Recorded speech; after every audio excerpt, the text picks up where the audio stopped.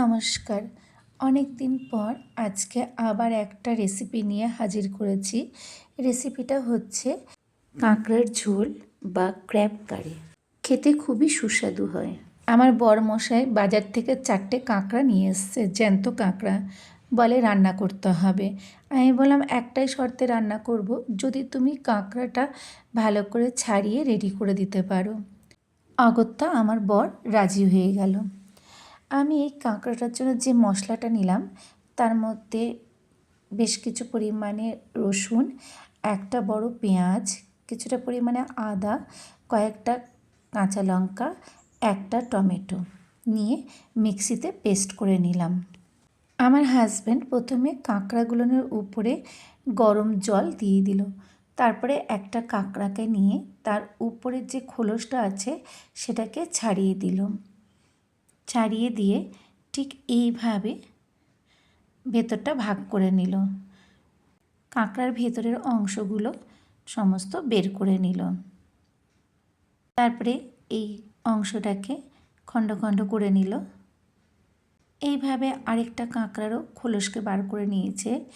ভেতরে অনেকটা পরিমাণে ডিমও আছে আর বেশ ঘিয়ের মতো আছে কাঁকড়ার। এই দেখুন কাঁকড়াটার মধ্যে কতটা পরিমাণে ঘি রয়েছে।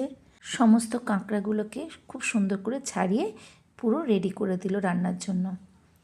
এবার কড়াইয়ের মধ্যে কিছুটা পরিমাণে সর্ষের তেল দিলাম। সর্ষের তেল দিয়ে এই রান্নাটা করলে খেতে আরও বেশি টেস্টটা হয়। এরপরে তেলের মধ্যে আমি কাঁকড়াগুলো ছেড়ে দিলাম, খুব ভালো করে ভেজে নেব। এর মধ্যে আমি 1 চামচ পরিমাণে নুন দিলাম। নুন দিয়ে কাঁকড়াটাকে ভেজে নিলাম। 1 চামচ হলুদ গুঁড়ো দিয়ে দিলাম আর দিলাম কিছুটা পরিমাণে কাশ্মীরি লঙ্কা গুঁড়ো। আরও কিছুক্ষণ ভেজে নিলাম। ভেজে নিয়ে আমি একটা পাত্রের মধ্যে তুলে রেখে দেব। এরপর কড়াইয়ের মধ্যে আরও বেশ কিছুটা পরিমাণে সর্ষের তেল নিলাম। তার মধ্যে একটা নিলাম গোটা শুকনো লঙ্কা, কিছুটা পরিমাণে গোটা জিরে নিলাম। এরপরে নিলাম গোটা গরম মশলা, লং, এলাচ, দারচিনি। ওটা ভাজা হয়ে গেলে আমি যে মশলাটা পেস্ট করে রেখেছিলাম সেই মশলাটা পুরোটা দিয়ে দিলাম। মশলাটা একটু ভেজে নিলাম তেলের মধ্যে। তারপর মশলাটার মধ্যে আমি 1 চামচ পরিমাণে হলুদ গুঁড়ো, 1 চামচ পরিমাণে জিরে গুঁড়ো, 1 চামচ ধনে গুঁড়ো আর অল্প একটু পরিমাণে কাশ্মীরি লঙ্কা গুঁড়ো দিলাম আর দিলাম টেস্টের জন্য কিছুটা পরিমাণে চিনি। মশলাটা কিছুক্ষণ ধরে কষিয়ে নিলাম। এরপর দিয়ে দিলাম অল্প একটু পরিমাণে টক দই। যেহেতু একটা বড় টমেটো দিয়েছি তাই বেশি পরিমাণে টক দই দিলাম না। টক দইটা দেওয়ার পর মশলাটা আর একটু নাড়াচাড়া করে নিলাম। এরপর দিয়ে দিলাম ভেজে রাখা কাঁকড়াগুলো। দিয়ে সমস্ত মশলাগুলো কাঁকড়ার সঙ্গে খুব ভালো করে মিশিয়ে নিলাম। এর আরেকটু পরিমাণে নুন দিয়ে দিলাম, কারণ মশলাতে নুনটা দেওয়া হয়নি। দিয়ে আরেকটু নাড়াচাড়া করে নিলাম। এরপর গরম জল অল্প একটু পরিমাণে প্রথমে গরম জল দিলাম। গরম জল দিয়ে মশলাটা আরেকটু ভালো করে কষিয়ে নিলাম।